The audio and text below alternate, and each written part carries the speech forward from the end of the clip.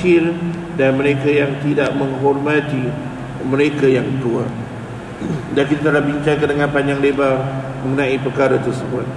Pada hari ini insya-Allah kita akan teruskan pada mereka yang ada kitabnya muka surat 28. Yang kelima, kami menerima keihsanan yang dilakukan oleh orang lain kepada diri kita dan kita membalasnya. Kita menerima apapun belas kasih ataupun kasih keihsanan yang orang lakukan terhadap diri kita dan kita membalasnya. Apapun kebaikan yang orang lakukan kepada diri kita, paling sedikit ada kita mengucapkan kepadanya jazakumullahu khairal jazak.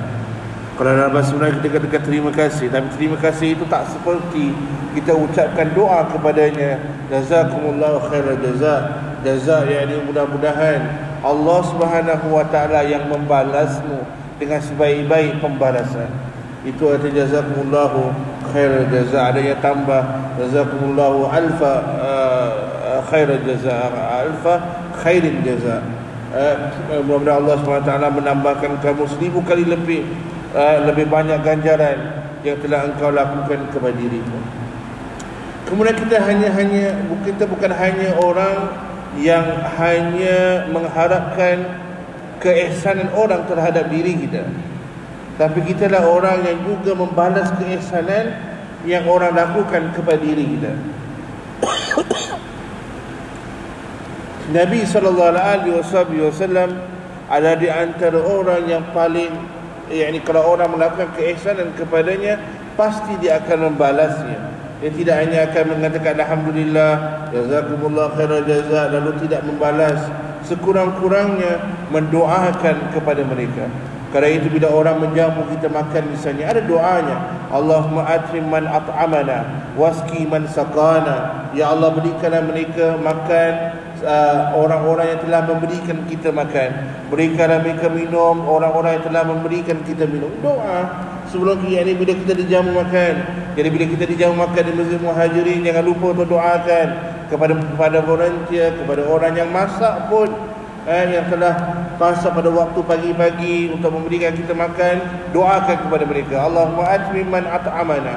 Ya Allah, berikanlah makan kepada mereka yang telah memberikan kami makan. Waski man saqana, dan berikanlah minum kepada mereka yang memberi kami minum, dan sebagainya. Dan dalam doa yang lain, ya Allah, seperti mana mereka berikan kami makan di dunia, berikanlah mereka makan nanti di syurga. Yang membalas sekurang-kurangnya dengan doa. Kerana itu ada banyak doa yang membalas doanya manusia. Seperti bila seorang itu bersin, ada doanya untuk membalasnya, untuk menunjukkan bahawasanya manusia itu saling mendoakan antara satu sama yang lain, saling membalas antara satu sama yang lain. Nabi SAW, ini juga adalah bukti manusia ataupun Allah SWT menganjurkan untuk saling memberikan hadiah antara satu sama yang lain.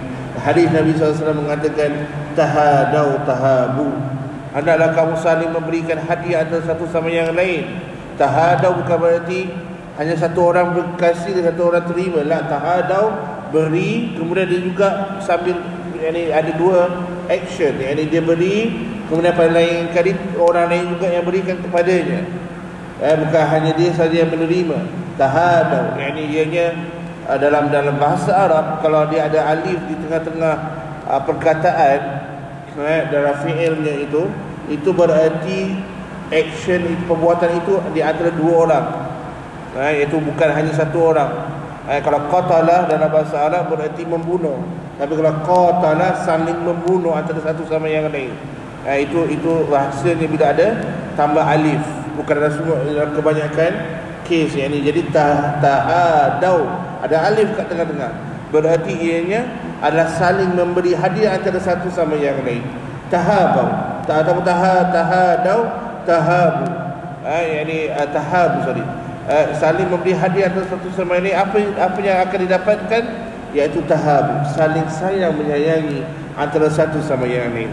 Al-Imam Asy-Syafi'i radhiyallahu anhu, suatu ketika beliau selisih faham dengan anak muridnya, ataupun anak muridnya itu tak setuju dengan pendapatnya Al-Imam Asy-Syafi'i. Biasa Guru dengan anak murid, kadang-kadang guru memberikan satu fatwa, mungkin anak muridnya ada fikiran yang berbeza. Bukan anak murid yang baru belajar lah. Kalau kita baru belajar, jangan terus hentam guru kita. Ini mungkin anak muridnya yang hebat, yang sudah pun mungkin mengajar dan sebagainya. Maka beliau ini mesti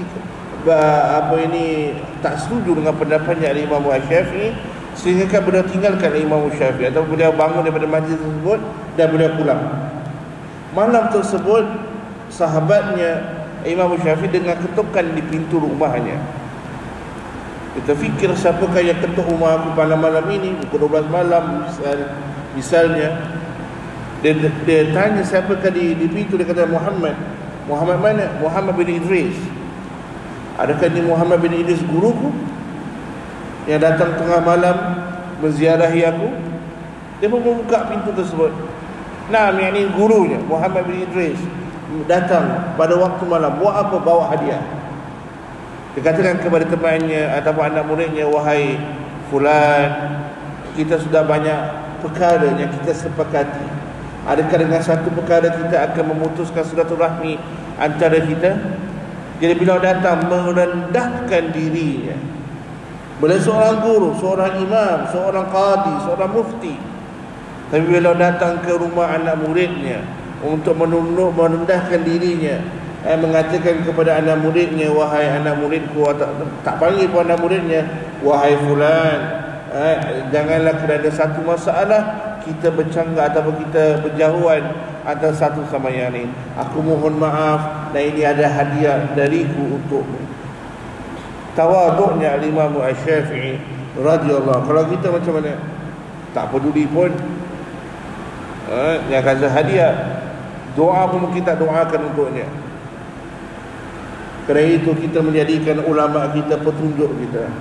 Kerana itu penting, saya ulangi banyak kali, adalah sebagai salah satu bahan bacaan kita adalah mesti kita membaca manaqibnya para ulama.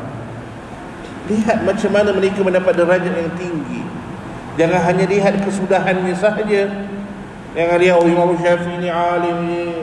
Lihat pengorbanannya, daripada satu negeri ke satu negeri, satu negeri ke satu negeri, memusafir, menuntut ilmu, meninggalkan ibunya yang mana beliau itu lahirkan yatim. Baca manaqib Imam Syafi'i, baca manaqib Imam Ahmad bin Hanbal. Penting. Kerana manusia ni selalu lihat yang apa ni, kesudahannya. Dia jadi wali besar, dia jadi ulama best lah, jadi mufti, orang semua cium tangan dia. Perjalanan nak jadi mufti tu macam mana? Enggak senang jadi mufti, senang jadi ulama lah. Perjalanannya, pengorbanannya, apa yang dipatut tanggung dalam dirinya, caci maki orang, kesabarannya. Jadi janganlah kita hanya lihat kesudahannya, lihat perjalanannya. Maka kita membalas atau menerima keihsanan yang orang lakukan kepada diri kita, dan kita membalasnya. Dan kami katakan sekurang-kurang pembalasan adalah jazakumullah khairul jazak, dan kemudian kita doakan kepada mereka. Tak mampu nak balas yang lain, sekurang-kurangnya adalah kita mendoakan kepada mereka. Yang keenam, melupakan dan memaafkan kesalahan orang lain terhadap diri kita. Selalu berikan keuzuran kepada orang. Orang tak jemput kita ke majlis perkahwinannya, berikan keuzuran. Yang katakan dia ini memang tak ingat aku. Jangan. Berikan keuzuran. Mungkin dia lupa, atau mungkin zaman sekarang kita katakan apa, dia buat kecil-kecilan, dia tak jemput ramai orang. Berikan keuzuran. Bukan kita terus berikan yang ini memang tak kenang budi. Dulu anak aku kahwin, aku jemput dia, aku pergi rumah dia, dia sekarang ni tak ingat aku lagi, jumpa pun tak. Berikan keuzuran kepada orang. Lupakan. Kalau ia pun dia tak nak jemput kita, itu dia punya hak. Hak apa yang kita ada untuk kita bersedih kerana dia tak jemput kita. Hak apa yang kita ada untuk kita marah kerana dia tak jemput kepada kita? Misal jemputan. Apa pun kesalahan yang orang lakukan, Nabi SAW tak pernah seumur hidupnya membalas kesalahan orang terhadap dirinya. Kalau ianya terhadap individu, iaitu dirinya sendiri, dia tidak membalasnya. Tapi kalau orang melanggar hak Allah, tak ada orang yang lebih marah daripada Rasulullah SAW. Hatta orang yang dia paling sayang pun, kalau mereka melanggar perintah Allah, tak ada orang yang lebih marah daripada Nabi SAW. Kemarin kita dengar berita yang ataupun cerita yang masyhur daripada Tuan Mufti kita pada hari Jumaat yang lalu, iaitu mengenai Siti Aisyah radhiyallahu anha. Biasa cemburu antara satu madu dengan madu yang lain. Yang saya ingat ceritanya adalah Sofia itu juga memberikan makanan kepada Rasulullah SAW. Ada dua, beritahu kepada Ya Aisyah, wahai Ummul Mukminin, ini hadiah daripada Sofia kepada Rasulullah SAW. Sofia mengambil pinggan itu, iaitu atasnya ada makanan, campak ke bawah, pecah pinggan tersebut. Pecah. Dia kata, adakah rumah aku ni tak cukup makan untuk Rasulullah? Perlu madunya berikan makan kepada Rasulullah SAW. Apa Rasulullah buat? Rasulullah senyum, tak marah. Rasulullah senyum, Rasulullah kutip pinggan tersebut, buang. Rasulullah ambil pinggan yang baru daripada rumahnya, gantikan pinggan yang dicampak oleh Aisyah radhiyallahu anha, sambil senyum mengatakan, cemburu ibumu, yakni cemburunya Aisyah radhiyallahu anha. Itu insiden yang pertama. Rasulullah tak marah. Kenapa? Haknya iaitu makanan diberikan kepada dirinya, dia tak marah. Dicampak oleh Aisyah radhiyallahu anha. Sekarang kalau isteri kita campak makan, misalnya kita ada dua isteri muda kasih kita, isteri muda, isteri tua campak, ya Allah, perang satu dunia, satu blok dengar. Kan? Tapi Rasulullah senyum, kumpulkan, ambil pula pinggan daripada rumahnya, balas balik. Insiden yang kedua, Siti Aisyah radhiyallahu anha mengatakan, ya Rasulullah, Sofia ini pindik orangnya. Keluar daripada kata-kata Aisyah, tak tahu kenapa, tiba-tiba satu hari beliau katakan, ya Rasulullah SAW, Sofia ini pindik. Ada riwayat mengatakan ditunjukkan dengan dengan tangannya. Sofia ini ketok lah, pindik lah orangnya. Marah Rasulullah. Tadi tak marah, tapi yang ini marah. Kenapa? Kerana dia telah mengumpat, melanggar syariat Islam, melanggar syariat Allah. Marah Rasulullah SAW. Lalu Rasulullah mengatakan, ya Aisyah, kamu telah mengatakan suatu perkataan yang kalau perkataan itu dicampak ke lautan, rosak lautan tersebut. Marah Rasulullah kerana hak Allah dilanggar. Tapi jadi yang insiden yang pertama, hak dirinya. Senyum Rasulullah SAW. Bezanya kita dengan Rasulullah SAW. Jadi kita ikut siapa dalam kehidupan kita. Kita penting untuk kita tanya diri kita, akhlak siapa yang kita ikut dalam diri kita. Jadi kita melupakan dan memaafkan kesalahan orang. Jangan terlalu ambil hati, sakit hati. Orang yang selalu simpan dendam dalam hatinya, bagaimana nak hidup dengan tenteram? Bagaimana dia nak husnuzon kepada orang tersebut? Lupakan. Janganlah kita pada waktu malam bila kita tidur, melainkan kita telah ampunkan semua dosa-dosa orang yang ada di sekeliling kita, terutama isteri kita. Mana kita tahu kita tak bangun pada waktu pagi, bergaduh suami isteri, suami tidur. Jangan tidur dalam keadaan marah terhadap diri kita, terhadap isteri kita. Bukankah ada hadis Nabi SAW, malaikat itu melaknat kepada isteri yang sedang dimarahi oleh suaminya. Jadi kalau marah itu bersebablah.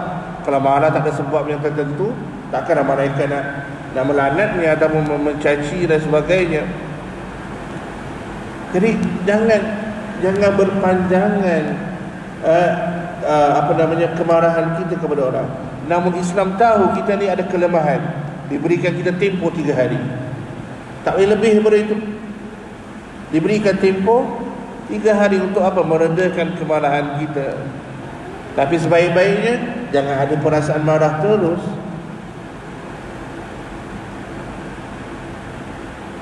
Dan itu pun Nabi SAW mengatakan orang yang pertama yang menghulurkan salam, itulah orang yang paling banyak mendapatkan manfaat atau pahala di sisi Allah Subhanahu wa taala. Jadi jangan kita memikirkan kesalahan orang terhadap diri kita, tapi kita fikirkan kesalahan diri kita terhadap orang lain. Kalau kita tak nak orang lain buat perkara itu kepada diri kita, jangan kita pula yang buat perkara tersebut. Kerana itu dikatakan al-mu'min mir'atul mu'min. Seorang mukmin itu ada cermin kepada mukmin yang lain. Kenapa dikatakan cermin? Supaya kita bila kita lihat, jangan buat perkara yang sama kalau ianya negatif. Ianya adalah reflection untuk diri kita. Ada tak perkara itu pada diri kita? Supaya kita mengambil pelajaran daripada sifat akhlak-akhlak yang tak baik, supaya kita jangan hias dalam diri kita. Seperti mana kamu tak suka lihat kepada akhlak itu pada orang lain, jangan jadikan akhlak itu adalah diri kita. Melupakan kemaafan dan kesalahan terhadap diri kita. Nabi SAW, ya Allah, ketika beliau menakluki kota Mekah, beliau dah jadi raja ataupun Mekah itu di bawah tangannya. Yang ada pada ketika itu di kalangan orang-orang yang pernah perang dengan Rasulullah. Tapi apa yang dilakukan Nabi SAW? Pertama sekali Nabi SAW memberikan jaminan. Bila nak masuk Mekah, Nabi SAW announce atau beritahu kepada sahabatnya untuk announce siapa yang masuk ke rumah Abu Sufyan aman. Ketika itu Abu Sufyan belum Islam, dan Abu Sufyan yang memerangi Nabi SAW pada setiap peperangan selain daripada peperangan yang pertama, iaitu peperangan Badar. Yang lain semuanya diketuai oleh yang ini peperangan Quraisy dengan Rasulullah, dengan Islam, semuanya dipimpin oleh Sufyan. Lalu Rasulullah mengatakan, barang siapa masuk ke rumahnya selamat, aman. Abu Sufyan. Siapa yang Rasulullah SAW memberikan keamanan kepada penduduk Makkah pada ketika itu.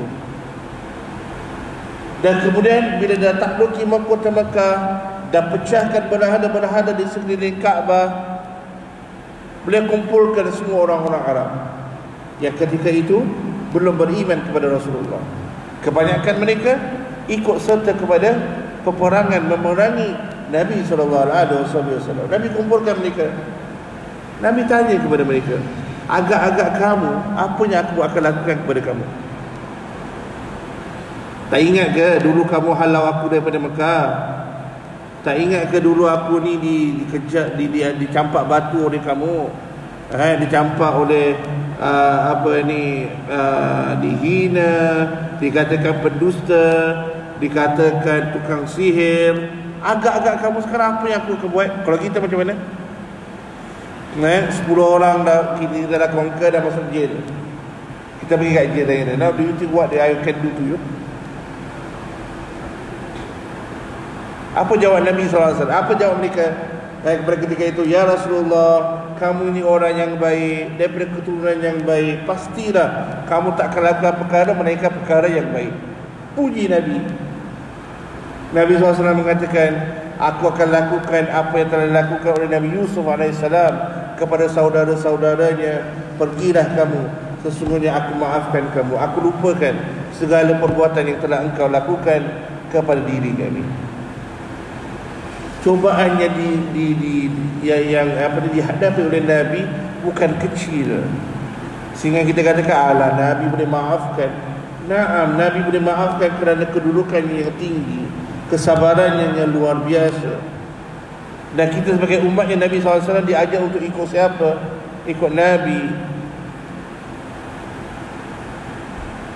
Jadi cobaan yang besar macam orang buat kita macam mana pun belum sampai kepada tahap seperti orang lain buat kepada Rasulullah sallallahu alaihi wasallam. Namun apa Nabi lakukan?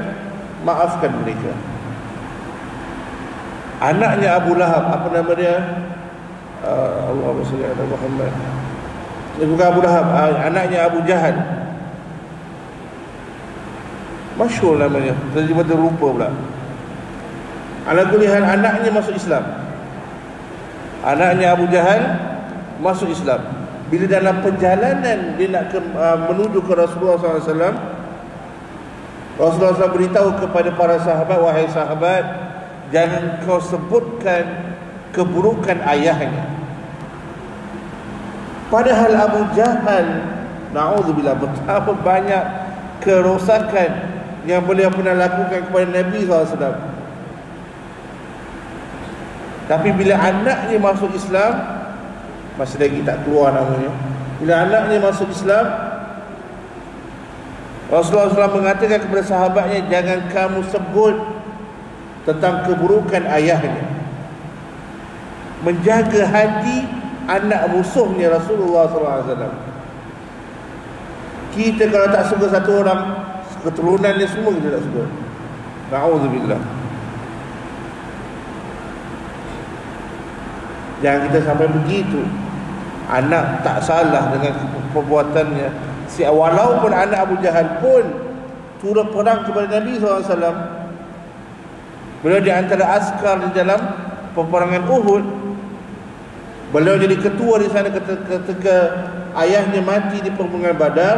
Beliau menjadi salah seorang ketua, tapi akhirnya masuk Islam. Allah berikan hidayah. Allah berikan hidayah kepada siapa yang dikehendaki. Tapi di warning, diberikan amarah oleh Nabi, jangan kamu katakan perkara-perkara yang akan mengecilkan hatinya. Kerana naluri seorang anak tak nak dengar keburukan ayahnya, walaupun dia tahu ayahnya itu jahat. Kerana dia tetap ayahnya. Lihat akhlaknya Nabi SAW. Kalau bukan akhlak Nabi yang kita ikuti, akhlak siapa yang kita nak ikut? Yang kita katakan, itu Nabi. Nabi dipelihara oleh Rasulullah, oleh Allah. Kita nak dapat. Jangan kata demikian. Cobaan yang diberikan kepada Rasulullah sesuai dengan makamnya, dan cobaan yang diberikan kepada kita sesuai dengan makam kita. Kita boleh bersabar sama ada kita hendak ataupun kita tidak mahu. Melupakan. Itu yang poin yang seterusnya, tidak marah kerana kepentingan diri kita, bahkan menjadikan kemarahan dan kerelaan kita itu kerana Allah Subhanahu wa taala. Hak kita dipermainkan oleh orang tak kenang hak kita, orang tak sanjung pengorbanan kita, jangan marah. Kita yang buat satu amal ataupun satu kebaikan, lalu kebaikan itu dinisbahkan kepada orang lain. Aku yang buat, kenapa orang lain dapat nama? Seperti apa nama dia? Pepatah peribahasa, sapi dapat nama, apa nama dia? Lembu punya susu, sapi dapat nama.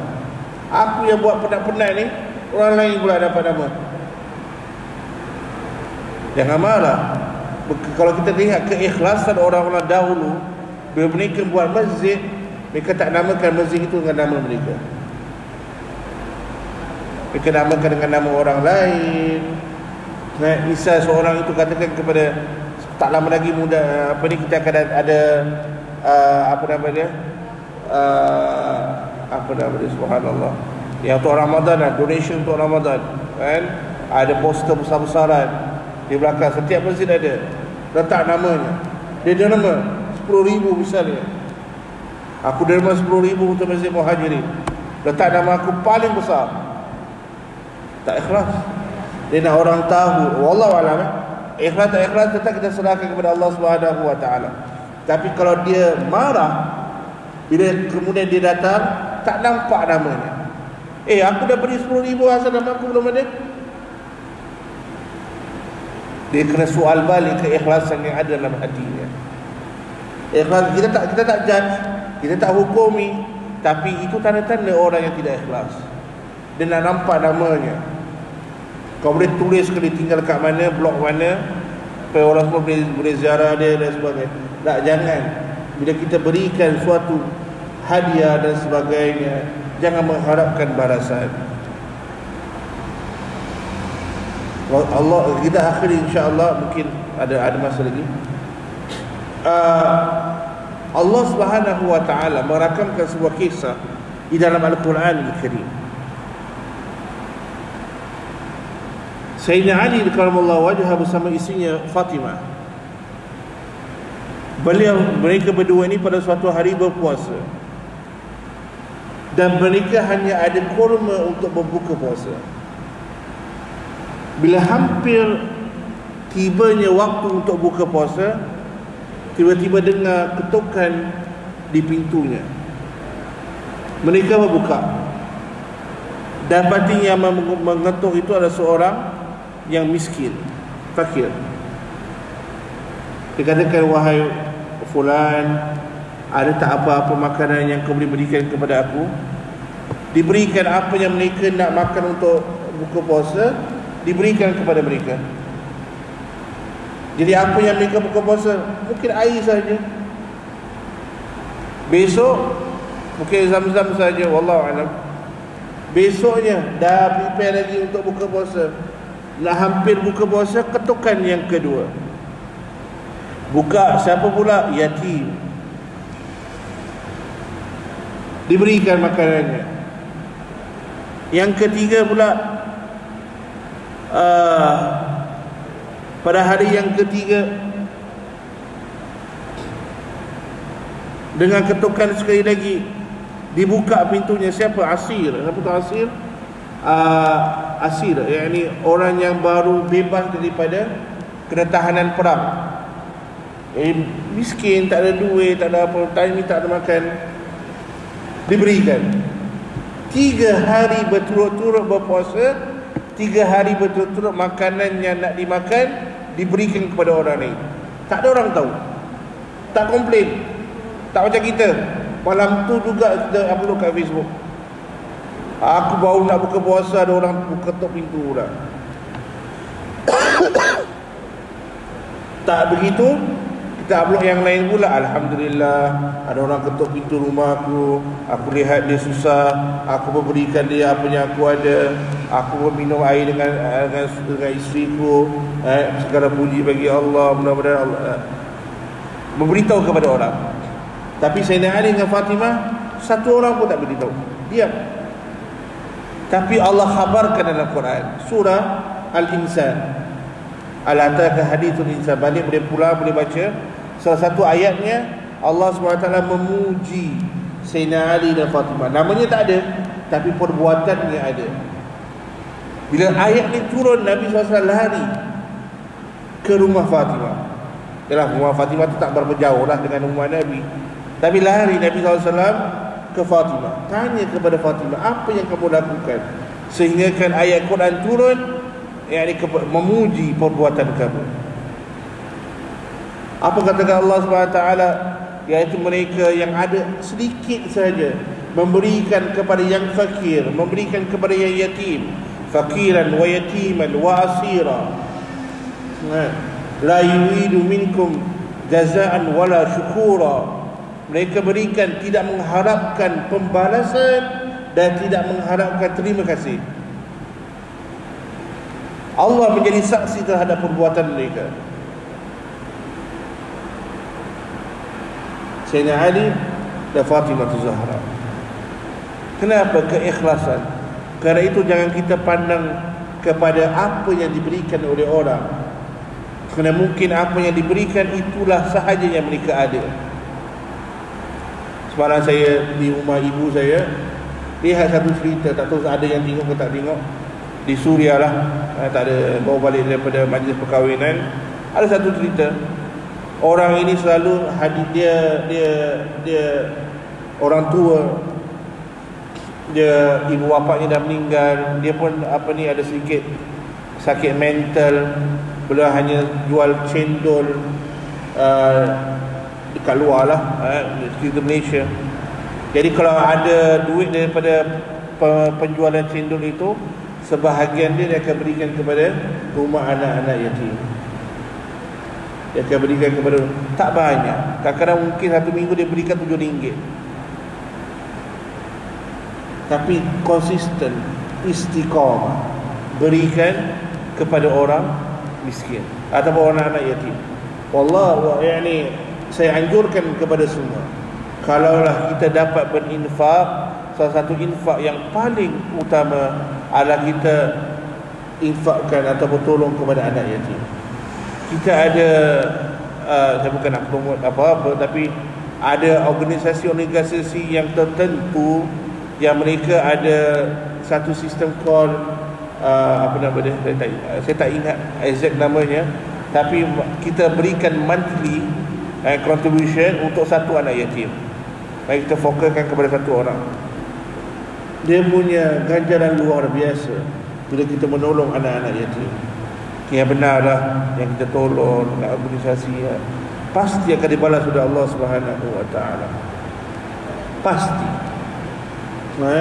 Anak-anak yatim dan sebagainya, jangan kita jauhkan mereka daripada diri kita.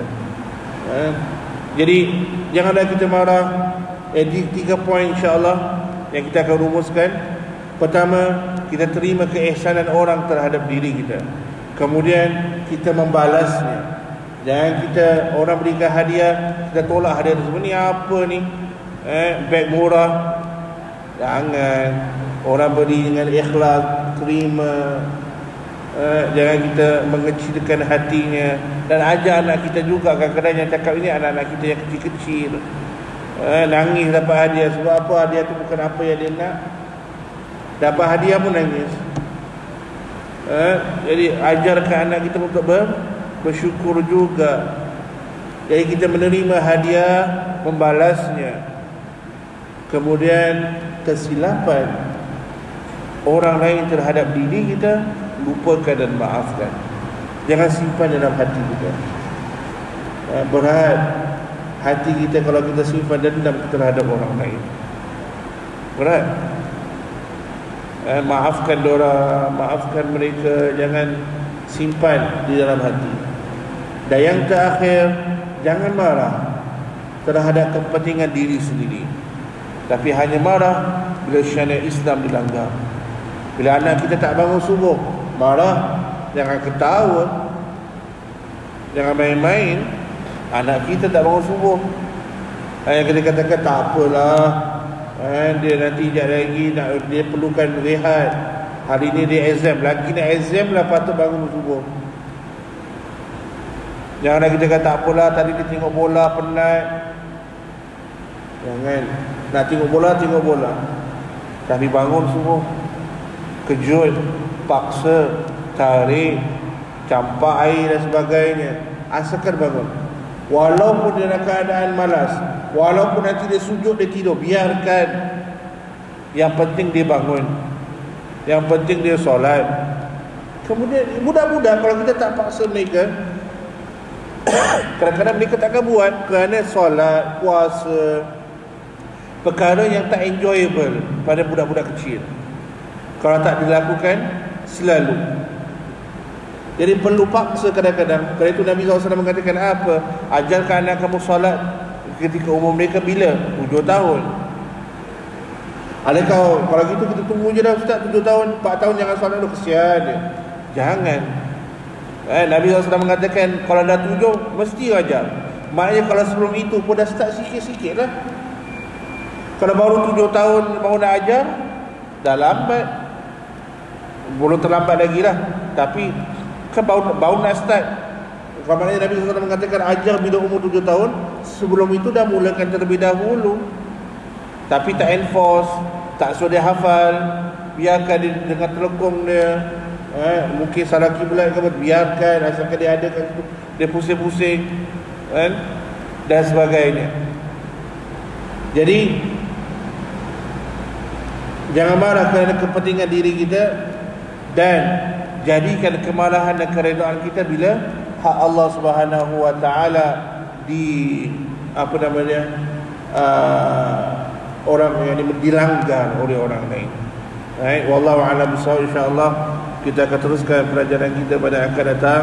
Mudah-mudahan Allah SWT memberkati kita, mengamburkan doa kita, menjadikan kita insan yang dapat berakhlak dengan akhlak yang Nabi SAW.